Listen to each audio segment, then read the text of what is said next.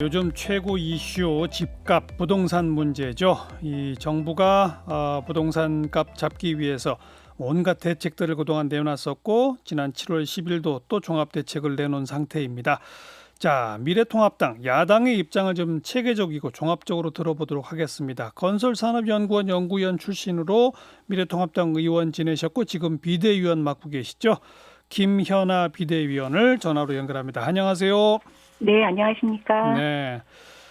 지난 3년 동안 서울 중위권, 그러니까 중위 아파트 값이 52% 올랐다라는 현실 진단에 동의하세요?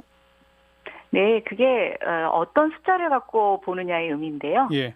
국토부가 말하는 주택가격 지수는 일반 물가하고 비교 위한 총량적인 지수인 반면에 예. 경실련에서 얘기하는 것은 중위가격에 대한 통계 변동치인데요. 예. 일반 주민들 입장에서는 지수보다는 중위가격에 대한 가격 상승폭이 훨씬 더 체감되는 지수입니다. 예. 서로 다른 지표를 갖고 서로 다른 얘기를 하고 있는 건데 예. 누가 국민의 체감적인 입장에서 통계를 보느냐라고 하면 저는 국토부가 조금 억지를 부리고 있다고 보고 있습니다. 그러니까 중위권이라는 건 서울에 있는 아파트 값을 제일 비싼 것부터 싼 것까지 쫙 늘어놨을 때 딱 중간에 있는 아파트. 그죠? 네, 그런 건데 이제 보통 우리가 평균 주택 가격의 의미로 보시는 되는데요. 네. 예, 뭐 주택 가격이 얼마 올랐느냐라는 것의 현실적인 체감대로 보면 그러니까요. 평균 주택 가격이 훨씬 더 와닿는 통계이고요. 그러나 주택 가격과 다른 물가 지수를 변동할 때는 그런 예. 평균 가격 지수를 쓰는 게 아니라 예. 국토부가 얘기하는 주택 가격 지수를 씁니다. 예. 그 어떤 평균 가격 내지 중위 가격이 52% 올랐다는 얘기는 강남 일부 아파트만 오른 게 아니라 서울 전역이 다 올랐다 이런 걸 상징하는 거 아니에요? 네, 지금 서울의 평균 주택 가격이 뭐 거의 9억 가까이 됩니다. 그 전이 한 6억, 5억대 후반 정도로 제가 기억을 하는데요. 예. 문재인 정부 출범에 뭐 굉장히 말도 못하게 오른 거니까 예. 아마 특정 지역에서 느끼는 체감적인 가격 변동폭은 그 이상일 거라고 생각이 됩니다. 도대체 왜 이렇게 올랐다고 생각하세요? 원인은 어디에 있어요? 뭐 여러 가지 요인이 있겠지만 일단 시장에 너무나 넘치는 유동성이 하나의 원인으로 작용을 하고 있고요. 예. 두 번째는 정부의 좀 어긋난 정책, 또 잘못된 정책이 저는 이런 가격 상승을 더 부추겼다고 생각이 됩니다. 네. 가격 상승을 부추긴 정책 잘못의 핵심은 뭡니까? 일단은 다주택자들만 겨냥한 정부 정책이 저는 문제라고 보고 있는데요. 예. 일단 시장을 무시하고 시장 기능에 무지하고 또 정책에 무능하고 급기야 무리수까지 두는 저는 사무가 가장 큰 원인이라고 생각이 됩니다.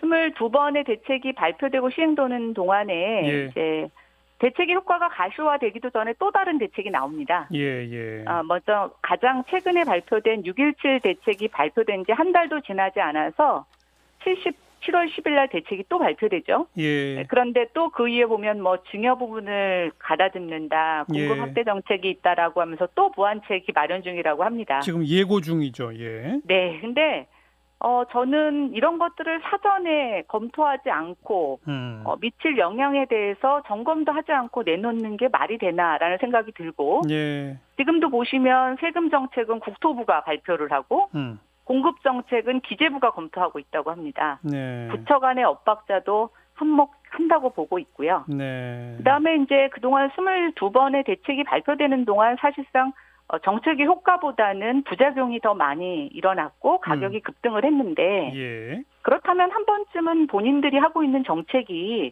제대로 작동하고 있는 것인가 저는 되돌아보고 점검해 봤어야 된다고 생각합니다. 예. 그런데 주무장관이 국회에 와서 대답하는 것을 보니 다 작동이 되고 있다. 뭐 이런 얘기를 하셨는데요. 잘 작동되고 있다고 생각한다 이랬죠.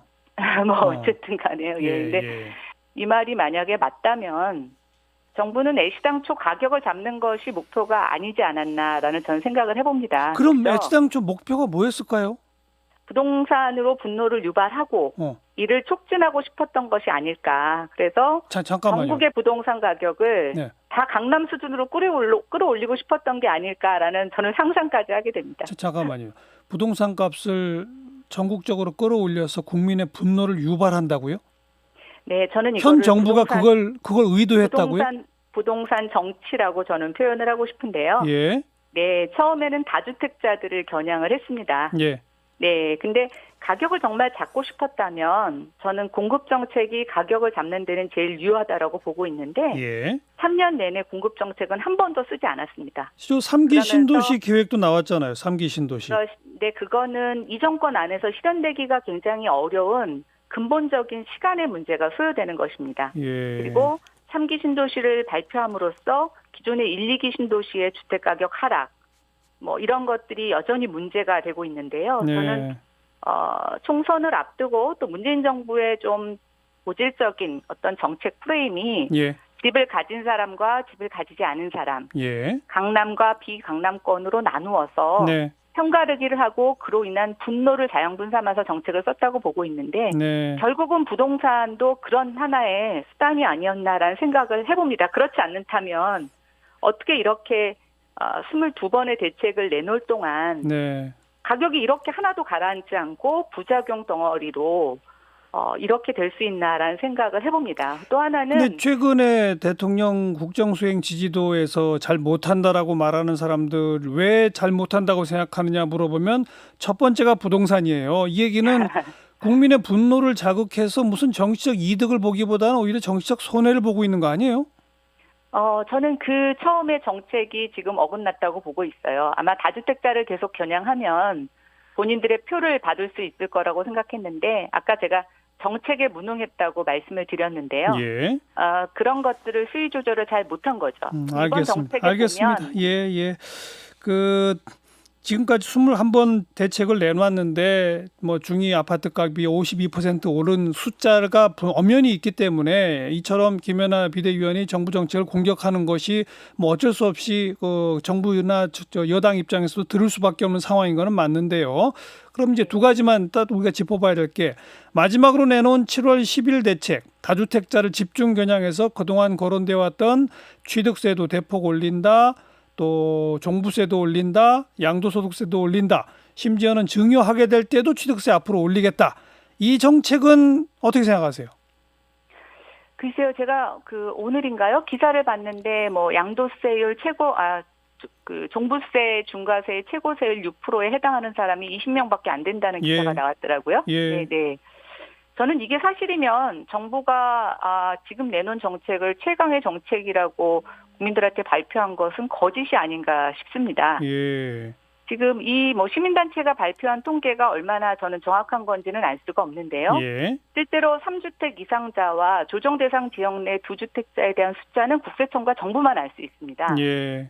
그런데 이런 분석이 나온다는 얘기는 정부가 그동안 세금을 올린다고 하면서 과연 정말 세금을 올리는 정책을 썼는지라는 의구심을 갖게 하고요. 예. 그런 측면에서 보면 이번 6월 17일 대책과 7월 10일 대책도 정말 시장에 뭔가 시그널을 주기 위한 것이 아니라 계속 집값이 잡히지 않으니까 시장과 일종의 전쟁을 하겠다는 식의 으름장만 내놓은 게 아닌가라는 생각이 듭니다. 그래서 저도 좀 구체적으로 집이 네. 두 채, 세 채 있는 분들, 그 이상 있는 분들 세금 압박을 받아서 시장에 빨리 팔아라 이거 아닌가요?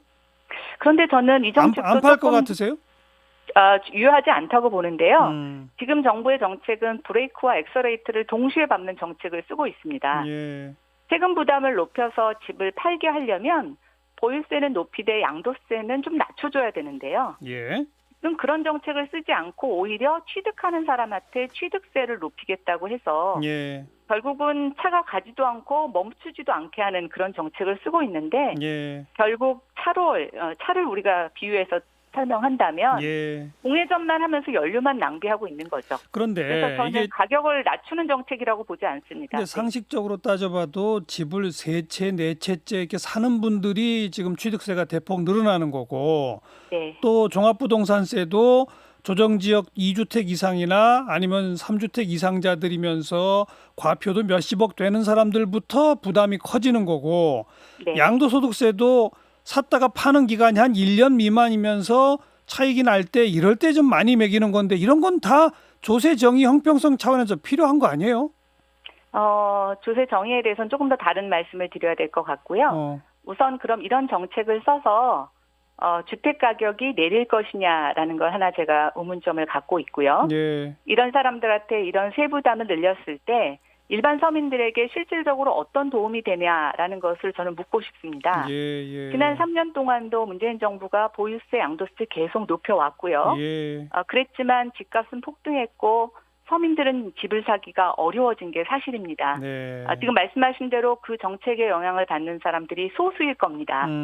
그러면 그 소수에 대한 계속 그런 과세를 강화하는 것이 알겠습니다. 일반 서민들에게 어떤 도움이 될 거냐라는 거죠. 그 소수 과세 강화가 시장에 매물을 많이 내놔서 서민들 주택 마련이 쉬워지는 정도까지 효과를 발휘할 수가 없다 이 말이군요. 네, 그렇습니다. 아마 지금 이번에 내놓은 대책으로 알겠습니다. 네. 그래서 결국 공급 대책이 있어야 한다 이거죠. 네, 그렇습니다. 지금 이제 정부도 대통령도 공급 대책 준비하라라고 지시한 바가 있고 범부처 태스크포스 팀까지 만들어서 공급 대책을 내놓겠다고 지금 예고하고 있는데 그건 어떻게 보세요?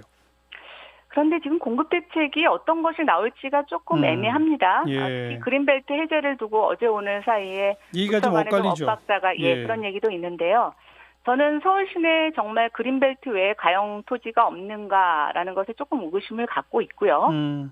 그린벨트 이야기가 나오는 건 서울 시내에서 재개발 재건축은 무조건 안 된다는 전제하에 결국 대안으로 찾는 것이 그린벨트가 아닌가라는 생각이 듭니다. 근데 그린벨트가 겉으로 보기에는 비용이 적게 드는 것 같지만 환경 파괴라든가 도시의 외연적 확산, 또 교통수요 증가 등으로 인한 탄소 배출 등 또 다른 사회 경제를 많이 유발하기 때문에 저는 이것은 그렇게 쉽게 결정할 수 있는 문제가 아니라는 생각이 듭니다. 그럼 미래통합당은 그린벨트 부분 해제에도 반대인가요? 저는 미래통합당 전체 의견이 뭔지는 제가 원내에 있지 않기 때문에 수렴한 바 없습니다만 저는 개인적으로 그린벨트 해제에 대해서는 반대 의견을 갖고 있습니다. 당 차원에서 부동산 시장 정상화법을 추진한다면서요? 그건 어떤 내용입니까? 네, 지금 발표된 걸로는 주로 도시 및 주거환경 정비법하고 재건축 초과이익 환수에 관한 법률 등을 담고 있어서 결국은 재개발 재건축 규제 완화를 통해서 도시 내 주택 공급을 늘리겠다는 내용입니다. 근데 저는 기본 취지에는 공감하지만 이외에 다른 보완적 정책이 필요하다고 생각하는데요.